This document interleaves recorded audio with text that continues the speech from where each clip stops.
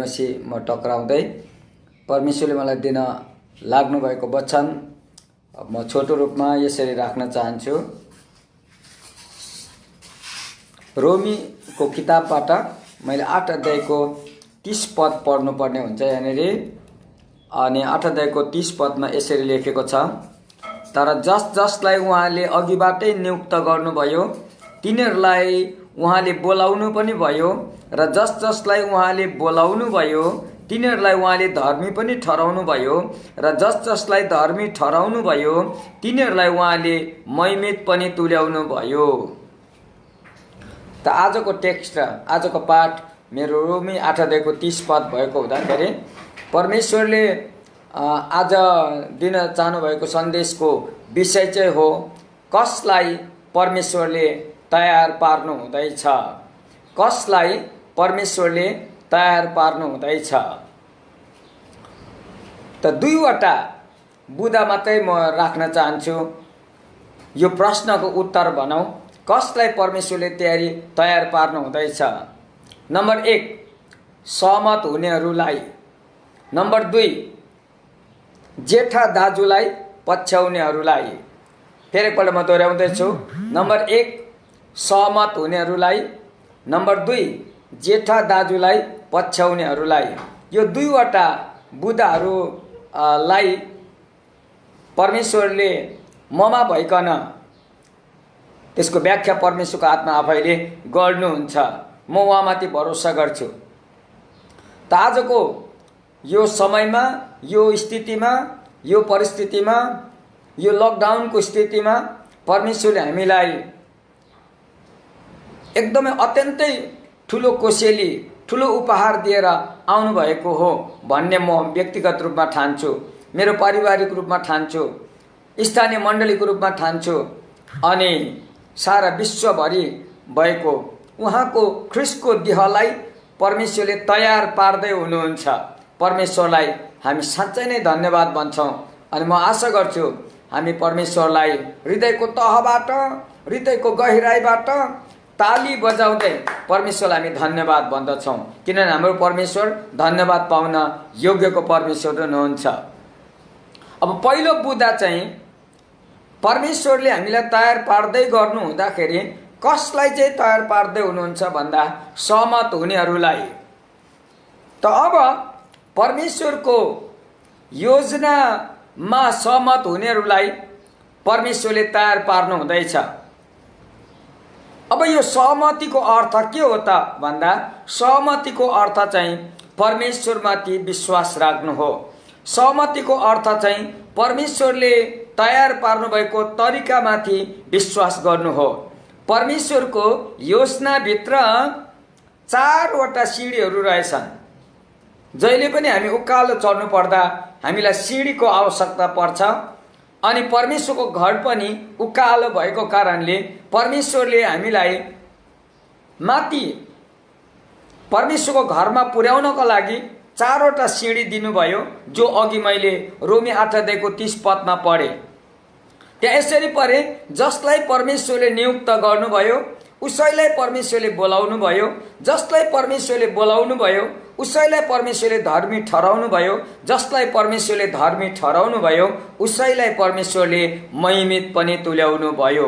भनेपछि 4वटा कुराहरू रोमी 8 अध्यायको 30 पदमा भएको कारणले परमेश्वरले हामीलाई एउटा भर्याङ, एउटा सिँढी दिनुभएको छ। अनि जसले यो सिँढी भेटायो ऊ चढ्यो, जसले यो सिँढी भेटाएन ऊ तलै रह्यो भन्ने कुरा हो। त म यहाँ को जाने को छोडिने को कुरा म गर्न चाहदिनँ। म एउटै कुरा चाहिँ गर्न चाहन्छु, परमेश्वरले भर्याङ तयारी पारिसक्नु भएको छ, परमेश्वरले सिँढी तयारी पारिसक्नु भएको छ। पहिलो सिँढीको नाम हो, पोइन्ट नम्बर ए नियुक्ति, दोस्रो सिँढीको नाम हो बोलावट, तेस्रो सिँढीको नाम हो धार्मिकता, चौथो सिँढीको नाम हो महिमा। अब परमेश्वरले जसमाथि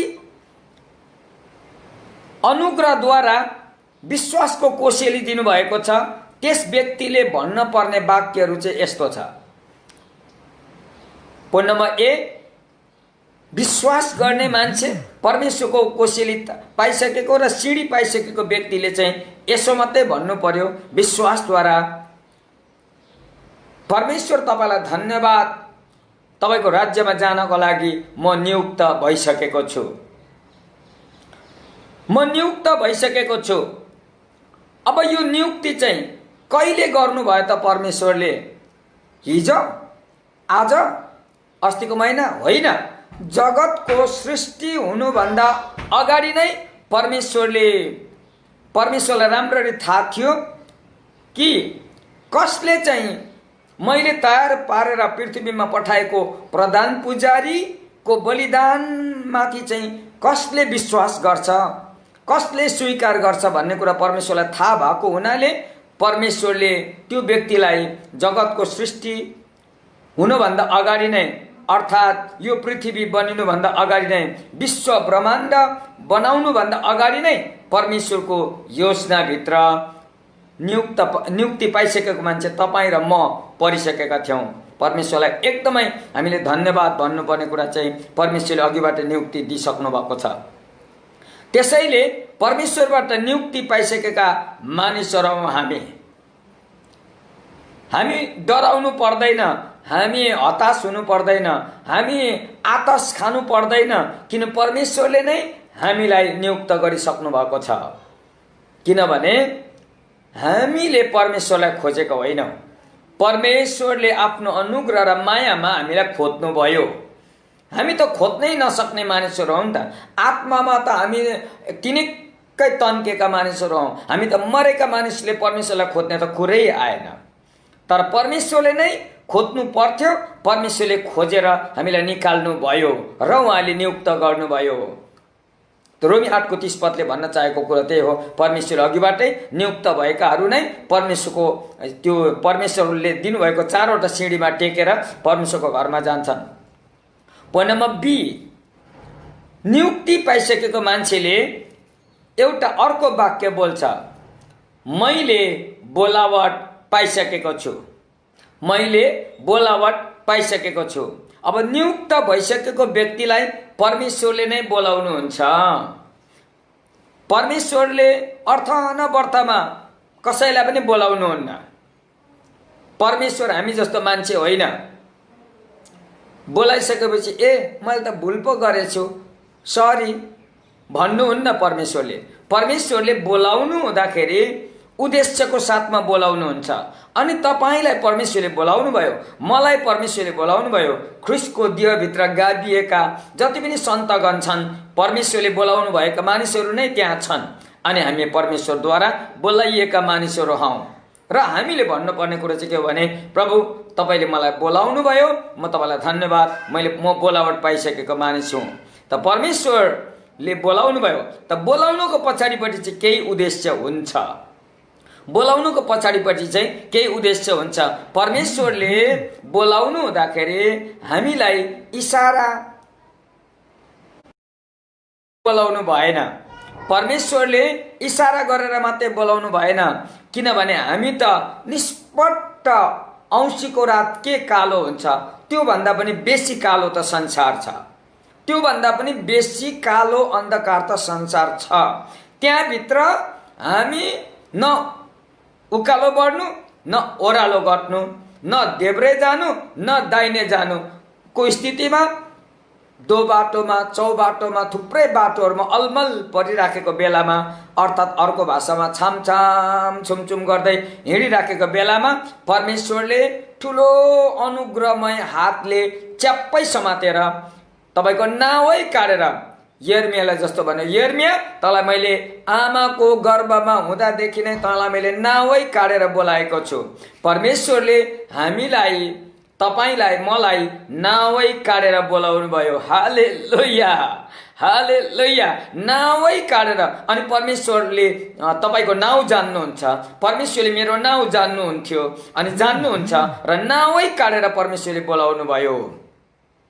पास्टरले त पछिबाट दिए त्यो सारेको नाम मात्रै हो, परमेश्वरले दिएको नामै तपाईँले पाउनु भएको छ। त यसर्थ हामी ढुक्क बनाऊ, परमेश्वरले दिनुभएको नाउँ हामीले पाएका छौँ। अब परमेश्वरले बोलाउनु भएपछि उद्देश्यको साथमा बोलाउनुहुन्छ। तर बोलाउँदा के कारणले बोलाउनु भयो भनेर जब हामी हेर्छौँ पहिलो पत्रस 2:9 परमेश्वरले हामी पुजारीगिरी हुनको लागि परमेश्वरले बोलाउनु भयो। तर बोलाउँदा चाहिँ अन्धकारबाट गजबको ज्योतिमा बोलाउनु भयो भनेर वचनमा लेखेको छ। किन भन्दाखेरि त्यसै लेखेको छ, ताकि गजबको ज्योतिमा मैले तिमीलाई किन बोलाएँ भन्दा मैले चाहिँ मेरो सर्वश्रेष्ठता तिमीहरूबाट अन्धकारमा भएका मानिसहरू कहाँ म मेरो सर्वश्रेष्ठता पुर्याउन सकूँ भन्ने उद्देश्यले मैले तिमीलाई बोलाएँ। यसै त परमेश्वरलाई धन्यवाद होस्, नियुक्ति पाइसकेको मान्छे र परमेश्वरको औँलाले इसाराले हातैले च्याप्पै समातेर अनुग्रह र प्रेमको साथमा बोलाइएका मानिसहरूले आफ्नो श्रेष्ठता होइन परमेश्वरको सर्वश्रेष्ठतालाई नै प्रकट गर्छ। अनि त्यो ठुलो एउटा उद्देश्य छ, किनभने हाम्रो हातमा 300 सेले लाइट होइन, हाम्रो हातमा 300 सेले लाइट होइन, हाम्रो हातमा त स्वर्गबाट तेस्रो स्वर्गबाट नै ल्याइएको अचम्मको हेलोजिन लाइट प्रभु यीशु ख्रीष्ट आफै हामी भित्र हुनुहुन्छ। यसै कारणले हामी उज्यालो भएका छौँ। हालेलुया हालेलुया, हामी उज्यालो भएका छौँ। र यसका अर्थ प्रभुलाई धन्यवाद होस्। हामी दोस्रो पोइन्ट हामीले हेऱ्यौँ, हामीले बोलावट पाइसकेका छौँ। अनि अब यो बोलावट चाहिँ असल मात्रै नभएर यो अत्यन्तै उत्तम बोलावट हो। अब बोलाइएका मानिसहरूलाई चाहिँ परमेश्वरले किन बोलाउनु भयो भन्दाखेरि सर्वश्रेष्ठता देखाउनको लागि त फेरि बोलाइएको मान्छेलाई नाङ्गै वस्त्रविहीन त राख्नु भएन, वस्त्रविहीन त राख्नुहुन्न। परमेश्वरले मान्छे जातिलाई सिँगार्न चाहनुभयो। अनि यो दिनहरूमा परमेश्वरले हामीलाई विशेष कामको लागि आफ्नै हातले परिश्रम गरेर सिँगार्दै हुनुहुन्छ। अब सिँगार्दा पहिलो कुरो चाहिँ परमेश्वर हामीलाई उहाँले अन्धकारमा भएका मानिसहरूलाई चाहिँ यसो परमेश्वरको गिद्धे परमेश्वरको चिलको दृष्टिले हेर्नुभयो। हेर्दा त हामी त लमतन्न परिराखेका थियौँ, त्यही पनि नाङ्गो नै थियो। परमेश्वरको दृष्टिकोणमा परमेश्वरलाई नपाएका मानिसहरू साँच्चै नै नाङ्गै छन्, वस्त्रविहीन छन्। अब त्यो वस्त्रविहीन लाजै मर्दो शरम मर्दो वस्त्रविहीन मानिसहरूलाई देख्नु हुँदाखेरि परमेश्वरको हृदय विवल भएर आयो, परमेश्वरको मन साह्रै दुखेर आयो। अनि त्यो देख्दा परमेश्वरले विचार गर्नुभयो, होइन यसलाई म एउटा वस्त्र दिनु पर्यो। त्यो वस्त्र चाहिँ धार्मिकताको वस्त्र। अनि त्यो वस्त्र गलाती 3:27 प्रभु यीशु ख्रीष्ट आफै वस्त्र भनेर लेखिएको छ। अनि उहाँलाई धारण गर्नु भनेको छ, धारण गर्नु भनेको लगाउनु नै हो। अनि प्रभु यीशु ख्रीष्ट चाहिँ हाम्रो निम्ति धार्मिकताको वस्त्र हुनुहुन्छ। अनि त्यही कुरा चाहिँ दोस्रो कोरिन्थी 5:21 लेखेको छ, उहाँ चाहिँ पाप बन्नुभयो हामीलाई धर्मी ठहराउनको लागि। अब हामी धर्मी ठहरियौँ। परमेश्वरले नै धर्मी ठहराएपछि इन्द्रको बाउ चन्द्रे आयो भने पनि तपाईँ र मेरो जीवनमा स्ट्याम्प ठोकिएको कुरो उक्काउन सक्दैन। हामी धर्मी ठहर्यौँ, सधैँको लागि धर्मी ठहर्यौँ। परमेश्वरलाई हामी धन्यवाद भन्छौँ। धार्मिकताको वस्त्र हामीले पाइसकेका छौँ। अर्थात् अर्को भाषामा, मेरो भाषामा भन्नुपर्दा परमेश्वरले तेस्रो स्वर्गबाट अरू केही ल्याउनु भएन, एउटा ज्याकेट ल्याउनु भयो। अनि त्यो ज्याकेट चाहिँ धार्मिकताको ज्याकेट उहाँले आफ्नै हातले हामीलाई लगाइदिनु भयो। अनि अहिले हामी धार्मिकताको ज्याकेट लगाएर हिँडिराखेका छौँ। हामी हाम्रो अफिसतिर, हाम्रो बजारतिर, हङकङ मार्केटतिर, विशाल मार्टतिर, सिटी सेन्टरतिर, अनि विभिन्न प्रकारका ठाउँ र ठेगानाहरूतिर हामी हिँडिराखेका छौँ। तर परमेश्वरलाई धन्यवाद होस्, हामीलाई सम्झना गरे भन्छ, त चाहिँ धार्मिकताको वस्त्र लगाएको मानिस होस्। र धार्मिकताको वस्त्र चाहिँ अत्यन्तै बहुमूल्यको भएको कारणले, अत्यन्तै चोखो भएको कारणले हिँड्दाखेरि संसार चाहिँ हिलो छ है छोरा, हिलोमा चाहिँ एक थोपा पनि हिलो चाहिँ तेरो शरीरमा अर्थात् त्यो वस्त्रमा नलागोस् है भनेर परमेश्वरले चेतावनी पनि दिनुहुन्छ।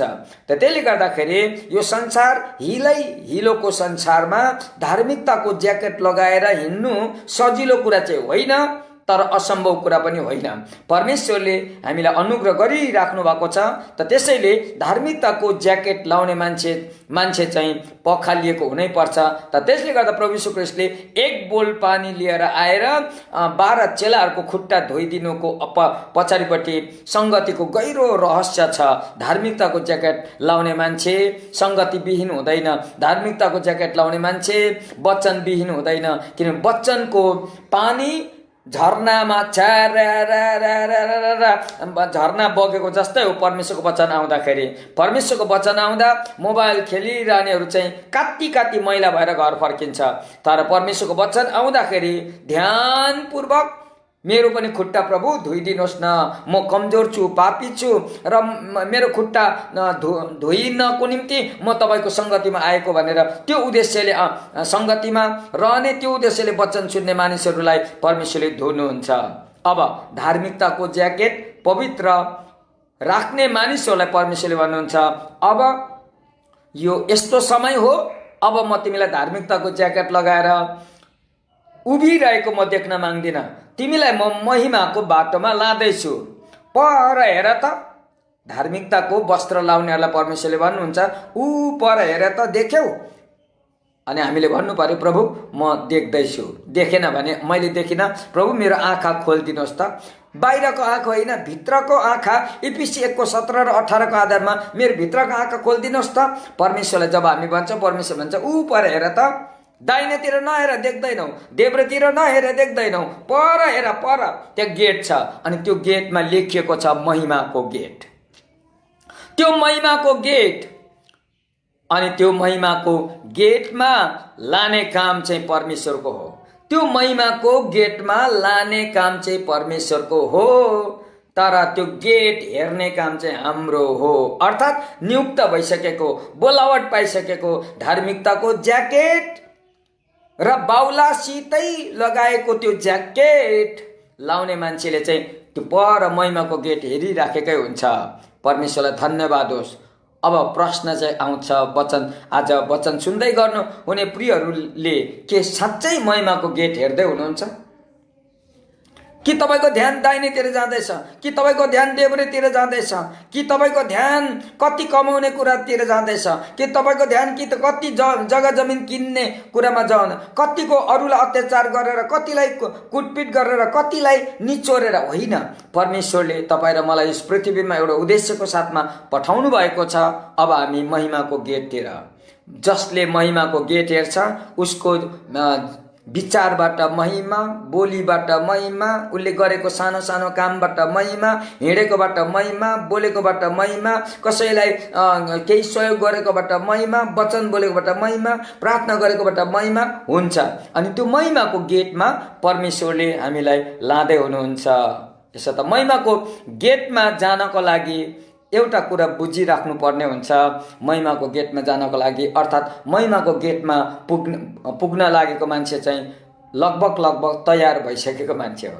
हालेलुया, त्यो तयार भइसकेको मान्छे हो। तर तयार भइसकेको मान्छेलाई परमेश्वरको वचनले चाहिँ के भन्छ भने, तिमीले नियुक्ति त पायो, बोलावट त पायो, धार्मिकताको ज्याकेट पनि लगायो, तर अब महिमाको गेटमा पुग्नको लागि चाहिँ तिमी आफै पनि क्रुसमा टाँगिएको हुनुपर्छ। तिमी आफै पनि तिम्रो पापहरू गाडिसकेको हुनुपर्छ।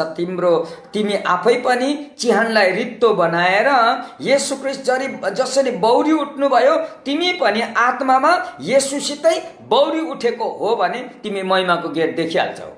महिमाको गेट कसैले देख्दैन। महिमाको गेट चाहिँ येशूसितै आत्मामा बौरी उठेकोले मात्रै देख्छ। त महिमाको गेट देख्नको लागि पुनरुत्थानको भाषा परमेश्वरको आत्मा आफैले बुझाउनु हुने रहेछ। मान्छेले बुझाएर हुँदैन, यो परमेश्वरको आत्मा आफैले बुझाउनु पर्छ। परमेश्वरको आत्माले नै बुझाउनु। अब यो पोइन्ट नम्बर 1, यो कुरामा सहमत हुनेहरूलाई परमेश्वरले तयार गर्दै हुनुहुन्छ। दोस्रो पोइन्ट चाहिँ परमेश्वरले जेठा दाजुलाई पछ्याउनेहरूलाई चाहिँ परमेश्वरले तयारी गर्दै हुनुहुन्छ। जेठा दाजु चाहिँ को हो त? उसो भए को चाहिँ हुनुहुन्छ जेठा दाजु? अनि पहिलो फल चाहिँ को हुनुहुन्छ भन्ने एउटा प्रश्न उभ्याउनु पर्छ। अनि त्यो प्रश्न उभ्याउँदा हिब्रू 5 अध्यायको 5 पद मैले पढ्नै पर्ने हुन्छ बाइबलबाट। हिब्रूको किताब 5 अध्यायको 5 पदमा यसरी लेखेको छ, यसरी ख्रिस्टले पनि प्रधान पुजारी हुनलाई आफैलाई महिमित पार्नु भएन, तर उहाँलाई यसो भन्नु हुनेबाट नै नियुक्त हुनुभयो, तिमी मेरा पुत्र हौ, तिमीलाई मैले नै आज जन्माएको छु। यो प्रधान पुजारी जो बलिदान पनि हुनुभयो, जो क्रुसमा टाङ्गिनु भयो, 2वटा हातहरू काँटी ठोक्यो, 2वटा खुट्टाहरू काँटी ठोक्यो, काँडाको मुकुट लगाउनु भयो, कोखामा भाला रोप्यो, 39वटा कोर्राका डाम र सुम्ला खाएर आहाल रगतमा डुब्नु भएको येशू चाहिँ परमेश्वरको पुत्र हुनुहुन्छ। तर यो पुत्र भन्ने जुन शब्द र जेठा छोरा भन्ने जुन शब्द आएको छ, यो चाहिँ पुनरुत्थानले मात्रै ल्याएको हो। क्रुसमा टाङ्गिनु बित्तिकै होइन, तर 3 दिन 3 रातको बादमा परमेश्वरको आत्मा अर्थात् पुनरुत्थानको आत्माले उहाँलाई च्यानलाई रित्तो बनाएर बाहिर निकालिसक्नु हुँदाखेरि पुनरुत्थानको शक्तिले नै उहाँलाई पुत्र हुने अधिकार दिएको छ। पुनरुत्थानको शक्तिले नै उहाँलाई जेठो हुने अधिकार दिनुभएको छ। यसकारणले पहिलो कोरिन्थी 15 अध्यायको 20 पदमा अहिले पढ्दिन, त्यहाँ एउटा शब्द आएको छ, पहिलो फल येशू ख्रिस्ट भनेर भनेको। पहिलो फल चाहिँ येशू ख्रिस्ट हुनुहुन्छ। अब त्यसको अर्थ जेठा दाजुलाई पछ्यायो भने हामी जेठा दाजु जस्तै हुन्छौँ। माइलाई भए पनि साइलाई भए पनि हाम्रो स्थान जेठा दाजुको जस्तै हुन्छ। माइलाई भए पनि साइलाई भए पनि काइला र अन्तरे जन्तरे भए पनि हामी कमसेकम भदै चाहिँ हुँदैनौँ। परमेश्वरको घरमा भदैको कुनै मौका छैन। परमेश्वरको घरमा भानिजको कुनै मौका छैन। परमेश्वरको घरमा भान्जीको मौका छैन। परमेश्वरको घरमा नाता नातिनीको मौका छैन। परमेश्वरको घरमा छोरा र छोरीको मात्रै मौका छ। अब त्यो छोरा र यदि येशू ख्रिस्ट पनि छोरा पुत्र हुनको लागि बौरी उठ्नु पर्यो भने तपाईँ र म पनि आत्मामा बौरी उठेको हुनुपर्छ। अनि जसरी आज हामी आत्मामा बौरी उठेका छौँ, त्यसरी नै प्रभुको घरमा जानुभन्दा अगाडि च्यानमा सुतिसकेकाहरू पनि एक त बौरी उठ्छ, जेठा दाजुलाई पछ्याउनेहरू चाहिँ बौरी उठ्छ। अनि जीवित रहेकाहरू जो पृथ्वीमा छन्, जीवित रहेकाहरू पनि इङ्ग्लिसमा ट्रान्सलेटेड भन्छ, हामी रूप परिवर्तित भएर निस्कन्छौँ। अब रूप परिवर्तित भएर निस्कनको लागि परमेश्वरले अद्भुत काम गर्नुभएको छ। यो 2वटा कुरा मात्रै रहेछ तयारीमा। परमेश्वरले उहाँको योजनामा सहमत हुनेहरूलाई परमेश्वरले तयारी गर्दै हुनुहुन्छ, अनि उहाँ जेठा दाजुलाई पछ्याउनलाई उहाँले तयारी गर्दै हुनुहुन्छ। त त्यसको अर्थ यो तयारीमा, जेठा दाजुलाई पछ्याउने कुरोको तयारीमा पुनरुत्थानको के हात छ भन्ने एउटा प्रश्न चाहिँ उभ्याउनु पर्छ। किनभनेदेखि म आज खण्ड पढ्दिनँ। पहिलो कोरिन्थी 15 अध्यायको 42, 43 र 44 पदमा 4वटा कुराहरू छ। पहिलो कोरिन्थी 15 अध्यायको 42, 43 र 44मा 4वटा कुरा छ। अनि त्यो 4वटा कुरा त्यो तयारीमा पुनरुत्थानको ठुलो हात छ भनेर प्रश्न उभ्याउँदै गर्दाखेरि हामीले एउटा प्रश्न चाहिँ गर्नै पर्ने रहेछ। अब कुरा चाहिँ के हो भने जेठा दाजुलाई पछ्याउनु पर्दा बौरी उठ्नै पर्छ। जेठा दाजुलाई पछ्याउनु पर्दा बौरी उठ्नै पर्छ। तर प्रभुको र्याप्चरको बेलामा पुनरुत्थान हुन्छ। बाइबलमा लेखेको छ पहिलो तेसलोनिके 4 अध्यायको 13 देखि 17 सम्म अध्ययन गर्दाखेरि बौरी उठ्छ, पुनरुत्थानमा उठ्छ भनेर लेखेको छ। तर को चाहिँ बौरी उठ्छ त? त्यो पहिलो पुनरुत्थानमा को बौरी उठ्छ? अनि बौरी उठेर को चाहिँ बादलमा जान्छ भन्दाखेरि परमेश्वरको वचन पहिलो कोरिन्थी 15 अध्यायको 42, 43 र 44 पदमा बादलमा जाने मानिसहरूले 4वटा कुराको आशा गरेको हुन्छ। बौरी उठ्ने र बौरी उठेका मानिसहरूले 4वटा कुराको आशा गरेको हुन्छ। अनि त्यो कुरा चाहिँ हो, नम्बर 1 ऊ अविनाशी हुन्छ भनेर लेखेको छ बाइबलमा। नम्बर 2 तेजिलो हुन्छ भनेर लेखेको छ। नम्बर 3 शक्तिशाली हुन्छ लेखेको छ। नम्बर 4 आत्मिक शरीर पाउँछ लेखेको छ। त त्यसो भए अब को बौरी उठ्छ, को बादलमा जान्छ, कसले 4वटा कुरा पाउँछ भन्दा त्यो मान्छेले चाहिँ चारवटा कुरा पाउनुहुन्छ। जसले सांसारिक अभिलाषाको किनेमा खाँदैन। म किनेमा भन्ने शब्द चलाउँदैछु, हामी नेपाली जातिले किनेमा बेसी मन पराएको कारणले। तर म आशा गर्छु यो आत्मिक हिसाबको किनेमाको म कुरा गर्दैछु। जसले सांसारिक अभिलाषाको किनेमा खाँदैन।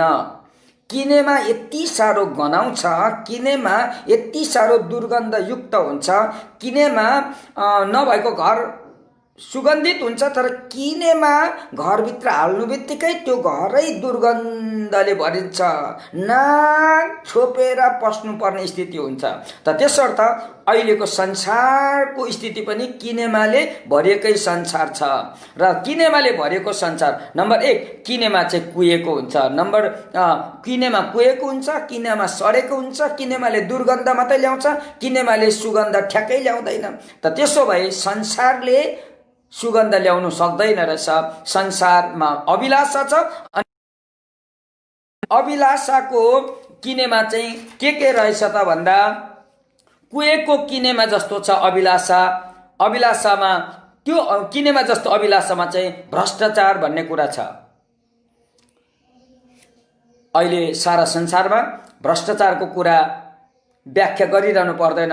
साधारणभन्दा साधारण जनताले पनि, साधारणभन्दा साधारण उच्च स्तरमा भएको मान्छेले पनि यो कुरा बुझ्छ। अनि किनेमा हो त्यो राम्रो कुरो होइन। कसैलाई पनि भ्रष्टाचार मन पर्दैन। भ्रष्टाचारको कारणले मानव जाति समानतामा आउन नसकेको स्थितिहरू छ। अनि परमेश्वरलाई भ्रष्टाचार मन पर्दैन। अनि परमेश्वरलाई माथि विश्वास गर्नेलाई पनि भ्रष्टाचार मन पर्दैन। अनि त्यो किनेमा जस्तो छ त्यो अभिलाषा चाहिँ, अभिलाषाको किनेमामा अत्याचार पनि छ।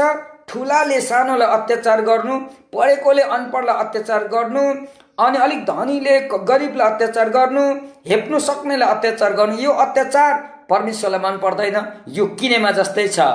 अनि यो खाँदा पनि नहुने, त्यो खाँदा पनि नहुने, यो श्रीमती बिहा गर्दा पनि नहुने, अर्को थप्दा पनि नहुने, त्यसलाई चाहिँ नेपालीमा असन्तुष्टि भन्छ। त त्यो असन्तुष्टि पनि किनेमा जस्तै हो। अनि आफ्नै घरको दिदीबहिनी जस्तै ठान्नुपर्ने हामीले हाम्रो दिदीबहिनीहरूलाई अपहरणको कुराहरू खबरमा पछि खबर आइराखेकै छ। अब यो पनि किनेमा नै हो। अनि संसारमा, हाम्रो गाउँमा, समाजमा व्यभिचार यति बिघ्न व्याप्त भएर बढेको छ। यो झन् डरलाग्दो किनेमा हो। अनि बाउको अत्तो पत्तो छैन, नानी जन्मिसक्यो, अब नानीलाई पाल्नु पर्छ भन्ने डरले हो, या त मेरो पोल खुल्छ भन्ने डरले हो भ्रूण हत्या हुँदैछ। यो त झन् डरलाग्दो किनेमा हो। अनि ड्रग्स व्यापारको किनेमा अर्कै छ। मदपान पिएर नालीमा पलङ हुँदै नालीमा तिनिक्क सुत्ने पर्ने स्थिति, यो अर्को एउटा किनेमा हो। अनि जुवातास, एका दुक्की तिर्की, कान्छीको गालामा कोटी, 4040 यस्ता जुवा थासको खेलहरू छ। यो झन् डरलाग्दो किनेमा हो। यो किनेमा जसले खाँदैन नि, त्यो मान्छेले अविनाशी हुने, परमेश्वरले भन्नुहुन्छ पुनरुत्थानमा चाहिँ मान्छेलाई अविनाशी बनाउँछु भन्नुहुन्छ। अविनाशीको अर्थ नष्ट नहुने, यी जम्मै कुरा नष्ट भएर जान्छ। तर परमेश्वरले दिनुभएको स्वरूप नष्ट हुँदैन। त्यो लिनको लागि तयार भएको मान्छेलाई परमेश्वरले यो दिनहरूमा तयार पार्दै हुनुहुन्छ। त्यो कुरामा सहमत जनाउनेलाई, जेठा दाजुलाई पछ्याउनेलाई परमेश्वरले तयार गर्दै हुनुहुन्छ।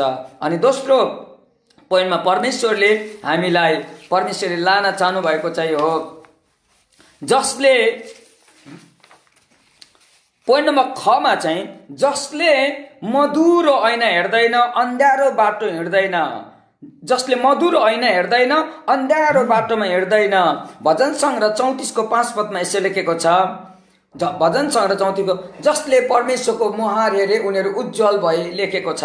अनि मत्ती 17 अध्यायको 2 पदमा पत्रस, योहन्ना र याकुब रूप परिवर्तनको डाँडामा जाँदा, जहाँ मूसा र एलियालाई उनीहरूले देखेका थिए, अघिसम्म प्रभु यीशुलाई तल बेसीमा अर्कै देखेको थियो, रूप परिवर्तनको डाँडामा त सूर्य जस्तै चम्कियो हौ तपाईँको अनुहार भनेर उनीहरूले सम्बोधन गरेको छ, व्याख्या गरेको छ।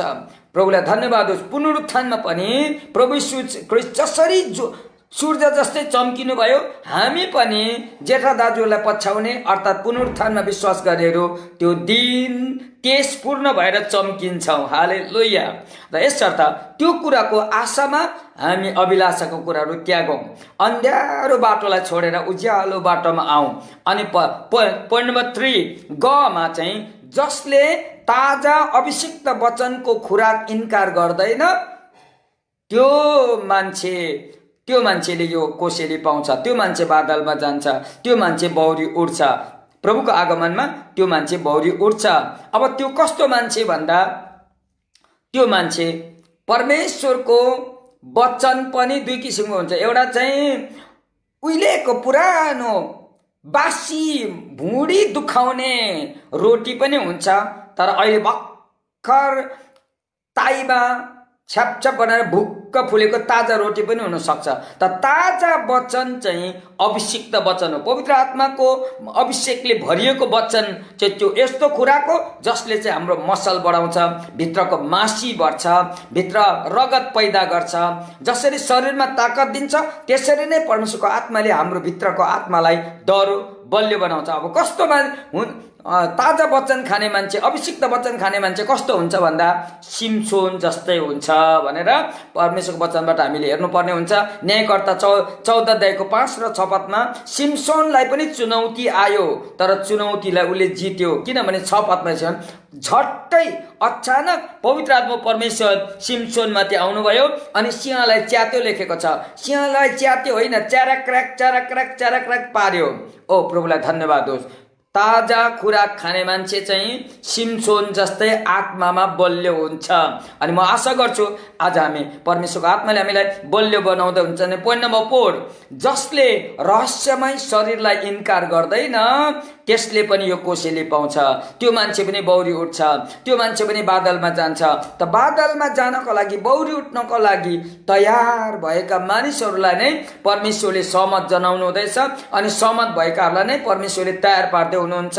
अनि रहस्यमय शरीर भनेको चाहिँ प्रभुलाई धन्यवाद होस्। हामी पुनरुत्थानमा बौरी उठ्दाखेरि हामी पनि येशू ख्रीष्ट जसरी 12 चेलाहरूको माझभित्र 500 जना चेलाहरूको अगाडि उहाँ उपस्थित हुनुभयो अनि धेरैजना कहाँ बौरी उठिसकेपछि देखा पर्नुभयो जस्तै भित्ताले पनि उहाँलाई रोकेन, आँधी हुरी बतास तुफानले पनि रोक्दैन, अनि आकाशको गाडाङगुडुङले त केही पनि गर्दैन। किनभने त्यो शरीर हो तर आत्मिक शरीर हो। त्यो अर्कै एउटा शरीर हो जसलाई कुनै छेकतोन छैन।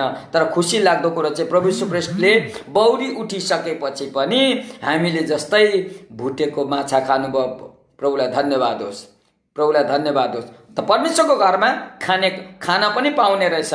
येशू ख्रीष्टले माछा खान सक्नुभयो बौरी उठिसकेपछि पनि। प्रभुलाई धन्यवाद होस्। त आजको मैले बाँड्नुपर्ने सन्देश म यहाँ के राख्न चाहँदैछु भने परमेश्वरले हामीलाई तयार पार्दै हुनुहुन्छ, सहमत हुनेलाई तयारी पार्दै हुनुहुन्छ। अनि जेठा दाजु अर्थात् बौरी उठेको येशू ख्रीष्टलाई पछ्याउनेहरूलाई चाहिँ परमेश्वरले तयारी पार्दै हुनुहुन्छ भन्ने सन्देश राख्दै म यहाँबाट यहाँहरूलाई म जय मसीह टक्राउन चाहन्छु, आशिष बोल्न चाहन्छु। प्रभुले अनुग्रह गरून्।